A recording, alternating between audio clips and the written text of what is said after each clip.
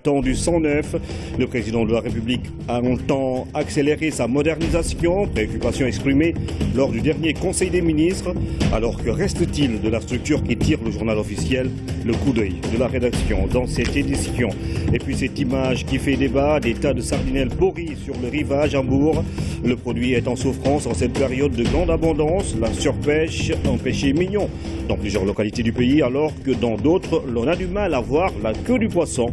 Que faire? À suivre le reportage de Combodia Hatemar et la réaction dans ce journal du ministre de la Pêche et de l'Économie maritime. Préparatif de la Korité, c'est la ruée vers les allées du Centenaire. Commerçants, détaillants, clients, tous baignent dans l'ambiance qui prévaut sur les lieux. À la Médina, un autre décor, les cordonniers qui confectionnent les chaussures Made in Sénégal attendent de les écouler. Bonsoir et bienvenue à tous. Le président de la République a procédé en fin d'après-midi à l'inauguration de l'Institut de recherche en santé, de surveillance épidémiologique et de formation, une initiative du professeur Souleymane Mboup qui compte développer les laboratoires orientés dans la recherche et la formation en santé publique. Nous y reviendrons sans doute au cours de cette édition. Sur la route de Diamniadio, le président Macky Sall s'est arrêté à Rufisque pour présenter ses condoléances à la famille du marabout Thierno Abdoulaye Diop. Pour l'occasion, le président a rendu un vibrant hommage à un grand serviteur de l'islam, Oumar Nying.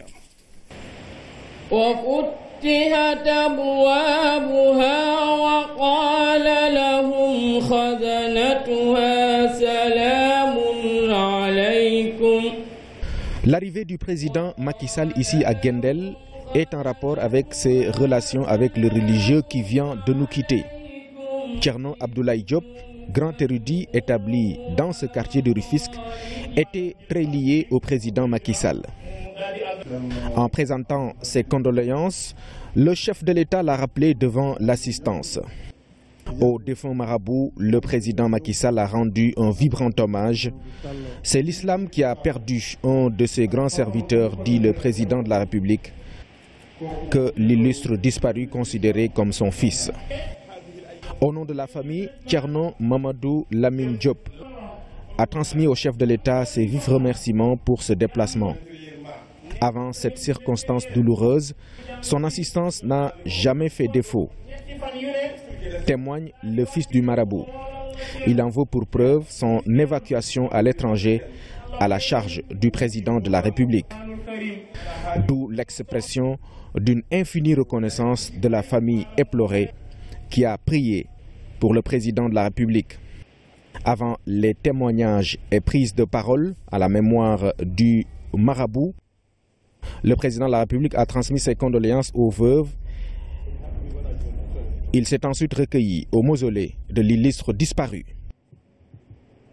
L'examen du CFE et de l'entrée en 6e démarre demain, mardi 20 juin, sur toute l'étendue du territoire national et en Gambie. Cette année, 278 532 candidats se sont inscrits et il y a une légère augmentation du nombre par rapport à l'année 2016. Toutes les dispositions sont prises pour un déroulement normal de l'opération, selon le directeur des examens et concours qui faisait face à la presse. Mortala Diop. À un peu moins de 24 heures du démarrage de l'examen du CFE et du concours de l'entrée en 6e, c'est le branle-bas de combat au niveau de la direction des examens et concours. Tous les agents sont mobilisés pour un déroulement normal des opérations. Toutes les dispositions utiles sont déjà prises pour assurer un déroulement normal des opérations. À la date du 18 mai 2017, le nombre total d'inscrits est de 278 532, dont 146 877 filles, soit 52,73%. C'est dire que le nombre de filles candidates a augmenté cette année, passant ainsi de 146 152 en 2016 à 146 877 en 2017. La levée des épreuves a commencé il y a quelques jours. Toutes les académies ont déjà en possession leurs épreuves bien sécurisées. La levée des épreuves s'est étalée sur une durée de 5 jours, allant du mercredi 14 au lundi 19 juin 2017. Une priorité a été accordé aux académies dites périphériques. Cette année, des élèves en situation de handicap pensionnaires des écoles inclusives de Guédiawaye, Thiaroye et Rufisque vont participer à l'examen. Un dispositif particulier a été pris pour les accompagner.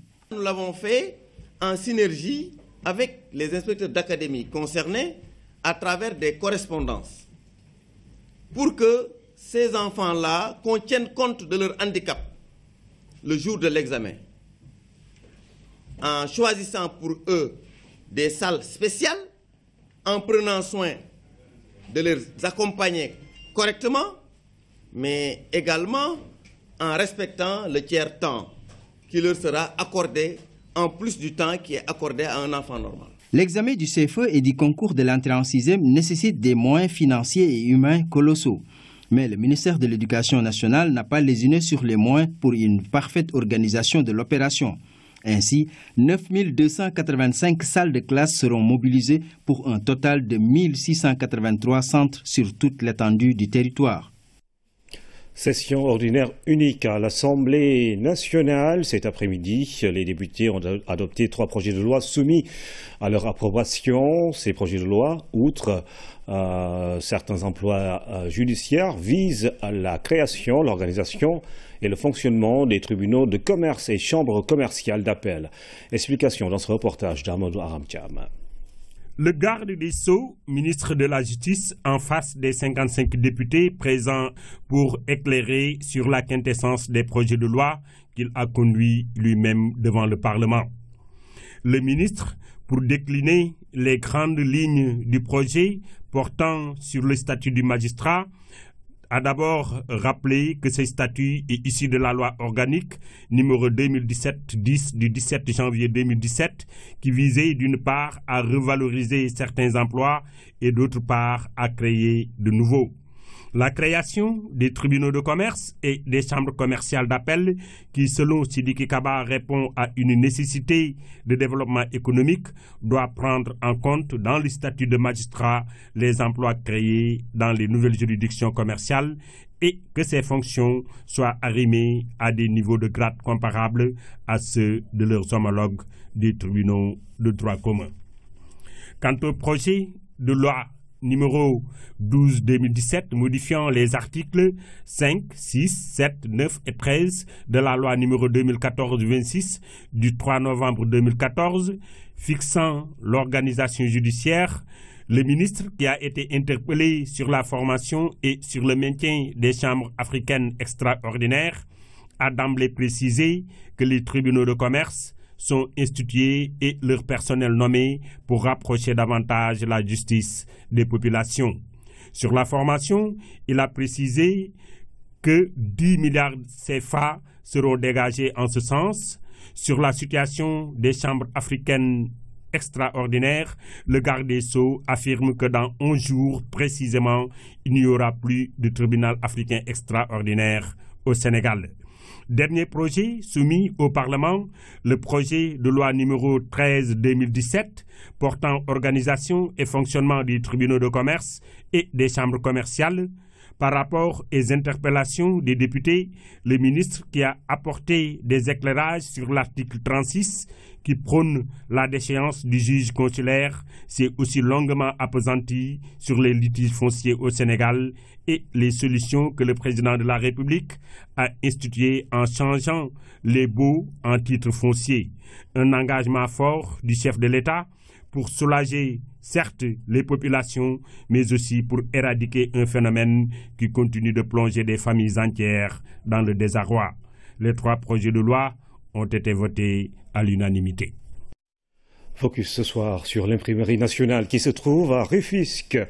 Pour faire face à la forte demande d'impression des documents de l'administration publique, le chef de l'État a instruit le gouvernement d'accélérer le processus de modernisation et de renforcement des équipements de l'imprimerie, ceci également dans la perspective de la publication des documents sur l'histoire générale du Sénégal. Notre reporter Cherba Maguey s'est rendu sur place. Lors du dernier Conseil des ministres du mercredi 14 juin 2017, le président de la République avait instruit le Premier ministre d'accélérer la modernisation des infrastructures de l'imprimerie nationale de Rufisque. Et à juste raison, sa préoccupation se justifie car ici à l'imprimerie nationale de Rufisque, l'outil de production est vétuste. Par exemple, cette machine d'impression qui date des années 70 est la seule qui marche ici. Par conséquent, tout se fait manuellement et à chaque impression, on change de couleur pour passer à une autre. C'est également le même constat dans la salle d'assemblage avec ces machines à l'arrêt après des années de service, ce qui limite la capacité de production. Aujourd'hui, il faut tout renouveler. Les difficultés majeures, c'est, comme vous l'avez constaté, l'outil de production. Nous avons une capacité productive qui est très faible. Et je pense que qui est due essentiellement à la vétusté des équipements, comme vous l'avez constaté. Maintenant, l'expertise est là. Nous avons des agents de qualité qui ont capitalisé plusieurs années d'expérience. Maintenant, c'est vrai que le capital humain, il est là. Il faut certes le renforcer sur le plan quantitatif et qualitatif. Mais pour que nous puissions assurer la mission qui est la nôtre, avec l'accessibilité de l'information légale et administrative, il nous faut des équipements de dernière génération. Pour le tirage du journal officiel, par exemple, la direction a renouvelé les équipements avec des machines Riso dotées d'une grande capacité de tirage. Et dans la perspective de l'écriture de l'histoire générale du Sénégal, l'imprimerie nationale sera mise à contribution grandement pour la confection des documents, pour pleinement garantir l'accessibilité à l'information légale et administrative. C'est pourquoi on a accueilli avec beaucoup d'enthousiasme la directive du président de la République qui a demandé à M. le Premier ministre d'engager la restructuration qui va se faire avec une évolution d'abord du statut de la maison, qui va évoluer d'une direction nationale vers un établissement public à caractère administratif.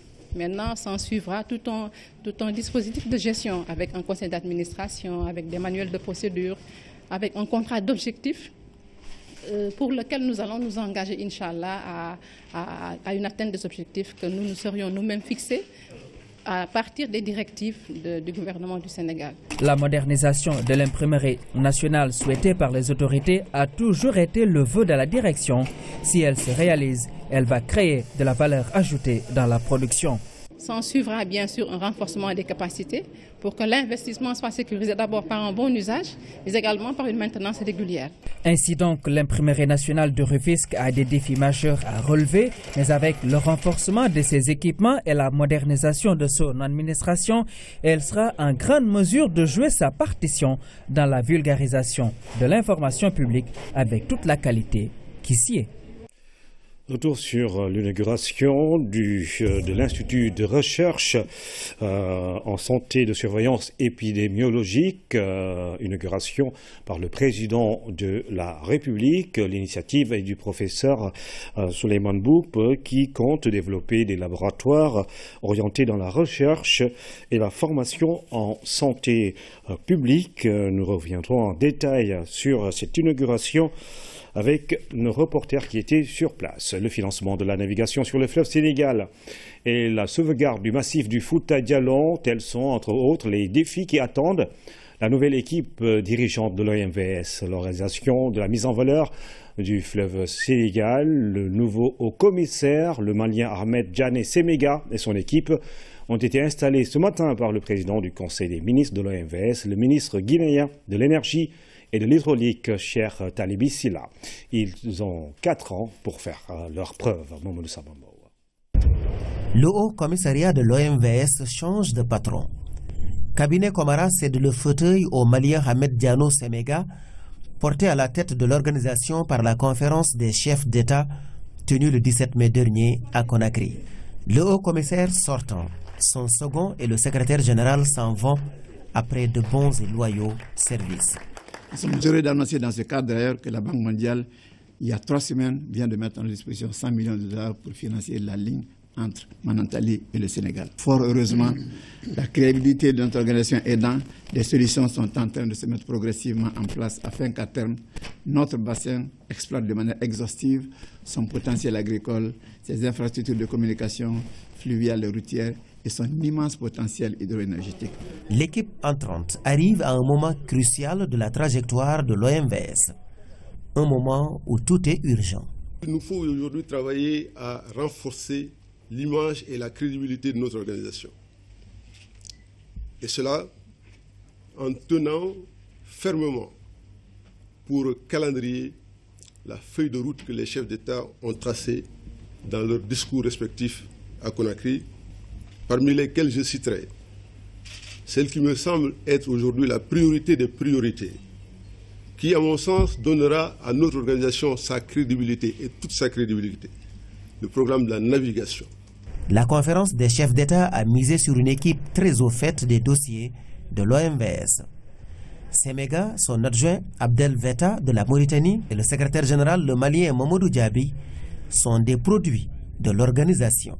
Une équipe aussi forte, connaissant le Haut Commissariat, étant dans le milieu, je pense que j'ai droit à le dire, et vous êtes d'accord avec moi, que l'équipe-là n'a pas droit à l'erreur. Continuer à étoffer les acquis. C'est ça qu'on appelle le développement. C'est de ça que l'OMVS a besoin aujourd'hui. La nouvelle équipe de l'OMVS devra sans tarder s'attaquer aux besoins de financement de la structure, besoins qui tournent autour de 4 milliards de dollars, mais également à la sauvegarde du massif du Fouta Djallon, durement éprouvé par la dégradation et les massif qui en quelque sorte est le château d'eau qui alimente le fleuve Sénégal et plusieurs centaines d'autres cours d'eau qui arrosent la sous-région. Du poisson déversé sur le rivage en cette période où la ressource est abondante. Cela est devenu fréquent dans des localités comme Dakar-Saint-Louis ou sur la petite côte Amour notamment. La sardinelle est surexploitée. Des pêcheurs ont même du mal à écouler le poisson qui finit malheureusement par pourrir. Koumaya Khatemar a fait le constat. Incroyable mais vrai, le poisson si recherché, jeté. Nous sommes à la baie de Mbour qui a été transformée en vaste déversoir de sardinelles et pour cause. On n'a pas où conserver le poisson. C'est la glace qui coûte cher. On achète la caisse entre 2000 et 2500 francs, alors que le prix normal variait entre 900 et 1000 francs. Le surplus de poissons, on l'a mené à l'usine de Mbaling. Malheureusement, elle a explosé. L'usine de transformation de Mbaling en question, la voici, ou du moins ce qui en reste, suite à une explosion survenue le 27 mai dernier. Copélite Afrique achetait le surplus de sardinelles. On travaillait presque par jour 400 à 600 tonnes. On fabrique ici farine de poisson. On le fait huile de poisson. Oui. L'usine est à l'arrêt. Malgré tout, la sardinelle est pêchée sans retenue. Ces grosses pirogues bien remplies de poissons accostent avec leur cargaison. Marailleurs, revendeurs et autres enfants se ruent sur les embarcations. 2000, 100 francs. Avec la sardinelle, on peut faire du thon, du poisson frit. Ce que j'ai là, dans une certaine période, tu peux l'avoir à moins de 1000 francs CFA. L'offre sardinelle dépasse largement la demande en cette période et les moyens de conservation et de transformation font défaut. En conséquence, le poisson pourrit. Nous le transportons au site de Mbaling. Le produit sera ensuite transformé en aliment pour volailles. Il nous faut des chambres froides pour conserver le poisson, car dans 2 mois, la sardinelle se fera rare. Mais qu'est-ce qui empêche aujourd'hui les pêcheurs de s'organiser? S'il y a 100 pirogues, les 25 partent, demain ainsi de suite, comme ça on verra. Et en ce moment même, les marailleurs eux-mêmes, ils pourront avoir la ressource à disposition et l'amener à l'intérieur du pays. Mais aujourd'hui, on la déverse et à l'intérieur du pays, pratiquement, il n'y a pas le poisson. Ça pose des problèmes. À moins de 20 km de Mbour, signale Rome. Paradoxe, dans ce village, la population peine à trouver le poisson. Le poisson coûte excessivement cher ici. Nous achetons la sardinelle entre 250 et 300 francs l'unité, ou bien les 3 à 500 francs. Ce n'est pas facile. Après avoir payé le poisson, il ne te reste presque plus d'argent. La sardinelle yaboy en wolof est consommée par de nombreux Sénégalais à faible revenu, mais elle subit actuellement une forte pression, particulièrement à Mbour, où surpêcher la sardinelle devrait être considéré comme un péché. 19 complexes frigorifiques seront construits à travers le pays pour un coût global de 10 milliards de francs CFA. Début des travaux avant la fin de l'année 2017. Le parc frigorifique sera rénové pour assurer une bonne conservation du poisson. Propos du ministre de la Pêche et de l'Économie maritime, Omar Gueye, que voici. Il y a 19 complexes frigorifiques qui sont en cours de finalisation. N'eût été les procédures assez compliquées de passation de marché, aujourd'hui, je pense que nous serions pas loin d'inaugurer ces complexes frigorifiques. Mais la boucle est bouclée, le dossier était au niveau de la Cour suprême qui a tranché la question. Maintenant, nous pensons que très rapidement, nous allons démarrer ces complexes frigorifiques. Le dossier des camions frigorifiques aussi est très avancé, avec des partenaires pour équiper les mareyeurs de camions frigorifiques. L'autre axe, c'est une réflexion sur une organisation encore du secteur, une planification des sorties des pirogues. Il ne sert à rien que tout le monde se rue sur le poisson qui est en abondance actuellement, revienne avec du poisson et les jeter. Nous avons mis en place un réseau national maintenant des CLPA, le comité local de pêche artisanale, et une sensibilisation va se faire en profondeur pour que ces pêcheurs puissent être conscients qu'ils n'ont aucun intérêt à aller pêcher du poisson qu'ils vont jeter.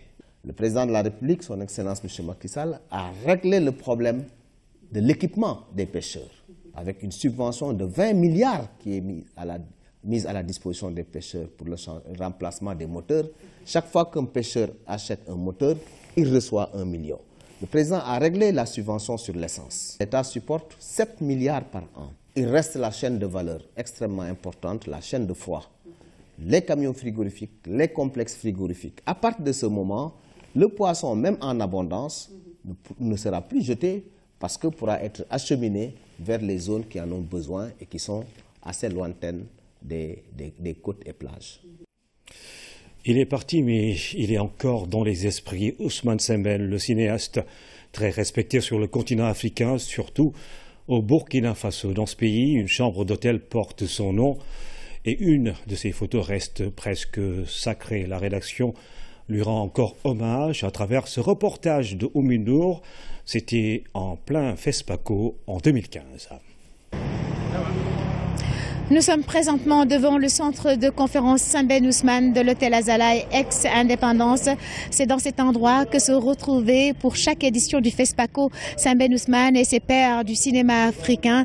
Sembène y avait ses habitudes au bord de la piscine et la chambre numéro 1, celle qu'il occupait à chacun de ses passages à Ouagadougou, porte son nom depuis 2009. Cette année-là, le FESPACO rendait hommage à l'aîné des anciens, 2 ans après sa mort. Depuis lors, cette chambre se transformé en musée Sembène Ousmane le temps de chaque FESPACO. Mais de cet hôtel, il ne reste plus rien. L'Azalaï ex-Indépendance, qui se trouve à quelques mètres de l'Assemblée nationale, a été la cible des manifestants le 30 octobre 2014 lors de la chute de Blaise Compaoré. La direction de l'hôtel nous a permis de constater l'étendue des dégâts, mais n'a pas souhaité s'exprimer sur le sujet. Car ici, tout a été saccagé, brûlé ou pillé. Tout, sauf un portrait de Sembène Ousmane, et c'est notre confrère Boukari Waba du bimensuel burkinabé Mutation qui nous raconte cette histoire incroyable. Pendant que les jeunes manifestaient, j'ai constaté, parce que je me trouvais un temps dans la foule, je me suis retrouvé de l'autre côté de la voie qui fait face à l'hôtel. Et là, j'ai vu donc des jeunes manifestants qui venaient vers moi avec donc un grand tableau. De loin, j'ai facilement reconnu la figure de Sembène Ousmane à travers donc cette pipe qui ne quitte jamais sa bouche. Donc j'ai identifié donc Sembène Ousmane. Les jeunes sont arrivés à mon niveau. Ils ont demandé en langue morée, Nyowaya Ana.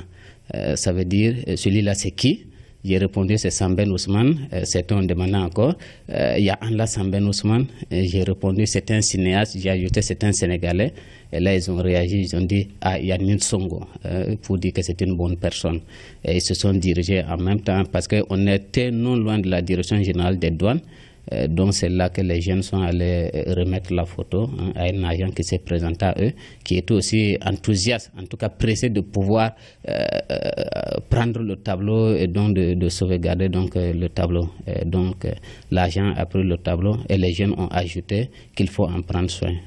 Cette consigne des manifestants a été bien respectée. En attendant la réouverture de l'hôtel Azalaï ex-indépendance, le portrait de Samben Ousmane se trouve toujours en sécurité à la direction générale des douanes et c'est juste derrière moi. C'est un peuple qui craque en une nuit blanche. Après avoir donné à une salle de conférence et à une avenue le nom de Samben Ousmane, en plus d'avoir érigé une statue en sa mémoire sur la célèbre avenue des cinéastes de Ouagadougou, le peuple burkinabé, même dans les moments les plus troubles de son histoire, continue de vouer à l'aîné des anciens un respect incommensurable. On passe à l'attaque, on passe à l'action. Mieux vaut tard que... Le monde de la culture qui célébrait donc le 10e anniversaire de la disparition de Samben Ousmane. C'est la période pour les détaillants d'aller chez les grossistes pour s'approvisionner. À quelques jours de la Korité, les allées du centenaire sont envahies par les commerçants, surtout ceux qui viennent des régions. Chez les cordonniers de la Médina, les clients n'ont pas encore passé leur commande de Korité. Une situation qui inquiète les spécialistes de la chaussure locale. En route vers l'Aïd el-Fitr avec les détaillants, c'est un reportage de Jean Dior. Des bâches installées le long des voies secondaires des allées centenaires. L'événement l'exige. Les grossistes déballent les cartons de chaussures. Les détaillants s'approvisionnent. Je suis venue chercher de la marchandise. Chaque année, je viens au marché centenaire acheter des chaussures pour enfants. Après, je les envoie à Diourbel. C'est là-bas où les chaussures seront vendues. La plupart des commerçants viennent de l'intérieur du pays. Comme chaque année, ils acheminent un nombre important de marchandises dans leur ville de résidence. Un business qui se développe de plus en plus. Je viens de Ourossogui. C'est ma première année de commerce. Je vendais des produits cosmétiques et là, j'ai eu l'idée de vendre des chaussures et des habits pour la Korité. J'ai emballé 10 cartons que je vais amener à Bokidiawé. J'ai quitté le Fouta hier vers 16 h. Dès que les magasins ont ouvert leurs portes, j'ai tout de suite fait mon choix. Par exemple, j'ai acheté cette paire à 1500, donc je peux la revendre à 1750. Les magasins refusent du monde. Les grossistes ne se plaignent pas en cette période. Les conteneurs débarquent 10 jours avant la Korité et dès que la marchandise arrive, nous chargeons les magasins et les commerçants viennent faire leur choix. Nous avons des cartons de 24 pièces, 40 ou 50 pièces de chaussures. Ici au marché, certains détaillants se sont même transformés en demi-grossistes pour répondre à la forte demande. Sur chaque pièce du carton, tu y gagnes 100 francs. Si tu achètes le carton de chaussures à 50 000 francs, tu le revends à 55 000. Si c'est la fabrication locale, les cordonniers nous les vendent à 1000 francs et nous les proposons aux clients à 1100 francs, 1200. L'ambiance est différente à la rue 11 de la Médina, lieu par excellence de la fabrication de chaussures locales. Ici, les commerçants se font rares, surtout les habitués, ceux de la sous-région. La majeure partie de nos clients sont des étrangers. À l'approche de la fête, ils passaient une commande 500 voire 700 paires de chaussures. Mais jusque-là, ils se font rares.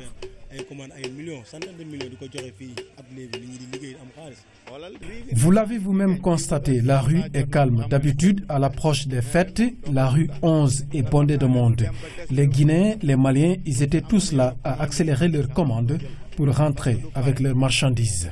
Quant à la clientèle sénégalaise fidèle à son habitude, elle attend les dernières heures. Les Sénégalais, eux, viennent toujours au dernier moment.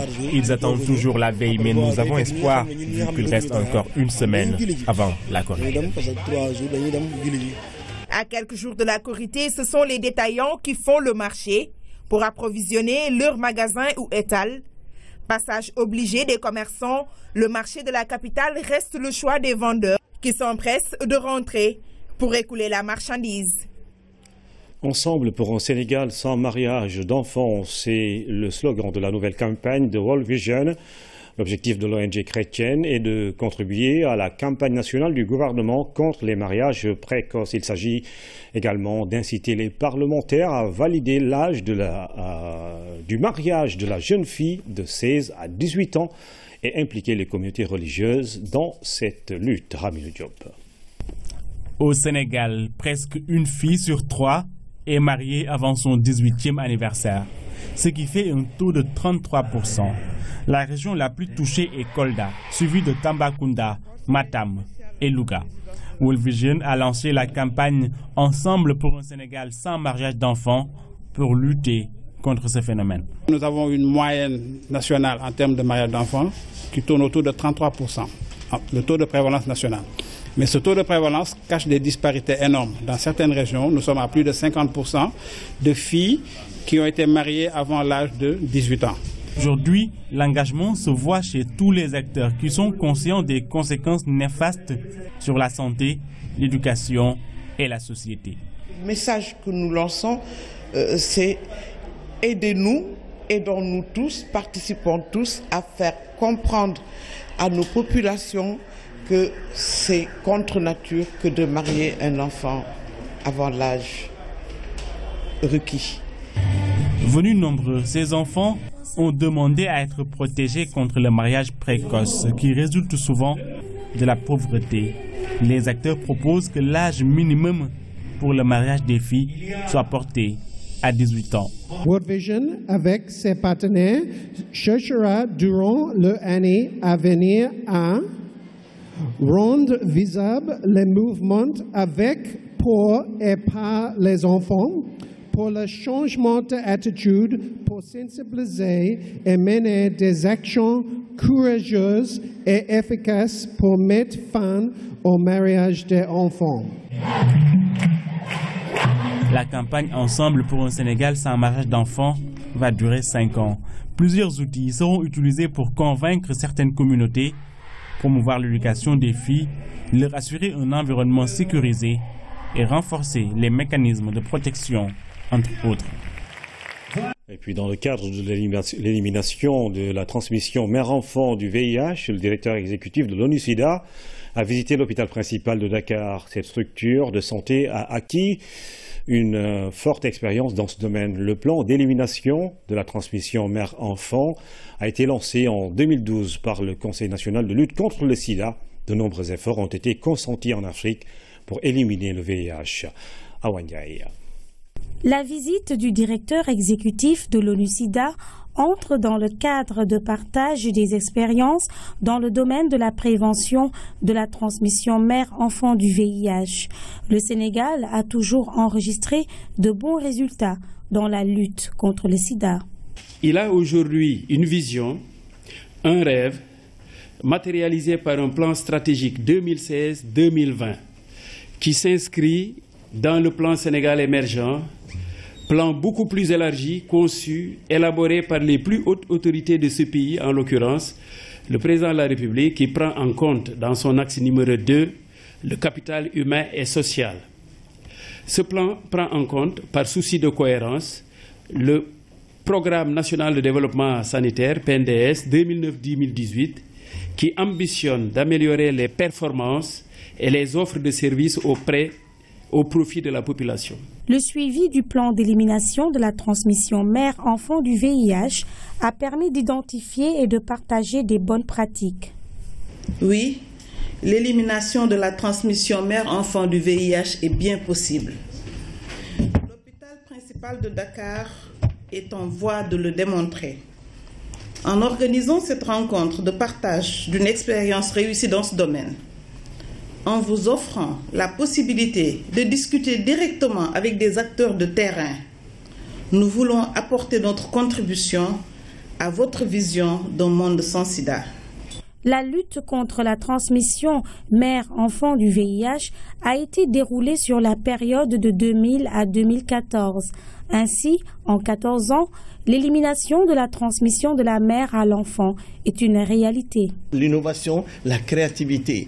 Et vous l'avez mentionné, tout le monde pratiquement dans les différentes présentations, on est parti de nulle part. Quand moi j'ai dit, je voulais l'élimination de la transmission de la mère à l'enfant, je voudrais que les mères restent en vie et que les enfants naissent sans sida. Je veux une génération nouvelle qui naisse sans sida. On me disait encore, il y a seulement 5-6 ans, j'ai commencé le premier programme de transmission de la mère à l'enfant de l'UNICEF en Ouganda il y a 23-24 ans, quand on avait les premières expériences sur la nevirapine. Et j'ai vu combien de temps on a pris pour arriver là où vous êtes aujourd'hui. Avec la science, on a fait des progrès énormes. Le Conseil national de lutte contre le sida a comme objectif zéro transmission mère-enfant du VIH. Le site de l'hôpital principal de Dakar obéit aux recommandations nationales du Conseil national de lutte contre le sida. Cette structure de santé est un site de prise en charge des personnes vivant avec le VIH-sida depuis 1998, avec actuellement 600 patients. En France, la République en marche est arrivée largement en tête des législatives, prévisibles selon plusieurs experts. Après 8 tours de scrutin, des primaires passant par la présidentielle et les législatives, se dessine un nouveau paysage politique français. Le Parti socialiste est plongé dans une crise, les insoumis s'affirment, le Front national se cherche toujours, les macronistes continuent leur marche. Analyse des résultats du second tour des législatives en France avec Sidina Lunfal.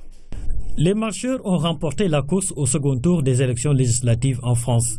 Avec 306 sièges, la République en marche obtient la majorité absolue. La nouveauté, c'est à partir de 2000, avec l'instauration de la réforme sur le quinquennat, qui réduit le mandat présidentiel de 7 à 5 ans et qui fait également qu'il y a l'ancrage du fait majoritaire, c'est-à-dire les situations de cohabitation sont évitées maintenant parce que les élections législatives se produisent un mois après les élections présidentielles et du coup il y a un fait majoritaire qui s'installe dans le paysage politique français. Au Parti socialiste, c'est le malaise. Le PS n'a obtenu que 29 sièges. Jean-Christophe Cambédélis, le premier secrétaire du Parti socialiste, jette l'éponge. La déroute du Parti socialiste sans appel. La droite fait face à un véritable échec.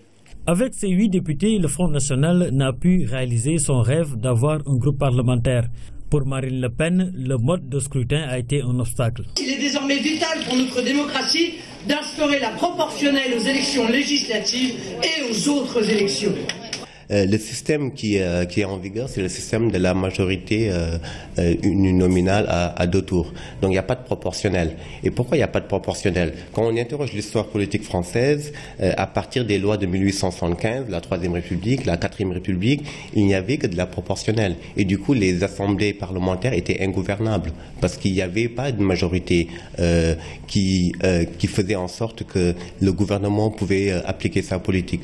Donc du coup, avec ce système de la majorité uninominale à 2 tours, les petits partis sont sous-représentés.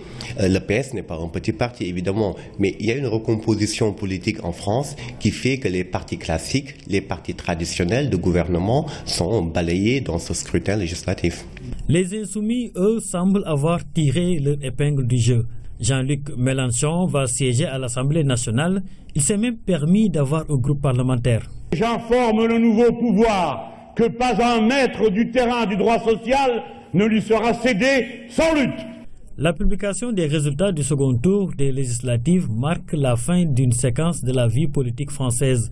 Il y a un an, personne n'aurait imaginé un tel renouvellement politique. Nous le devons à la volonté du président de la République de donner un nouveau souffle à notre démocratie. Une nouvelle ère s'ouvre avec une nouvelle recomposition du champ politique français.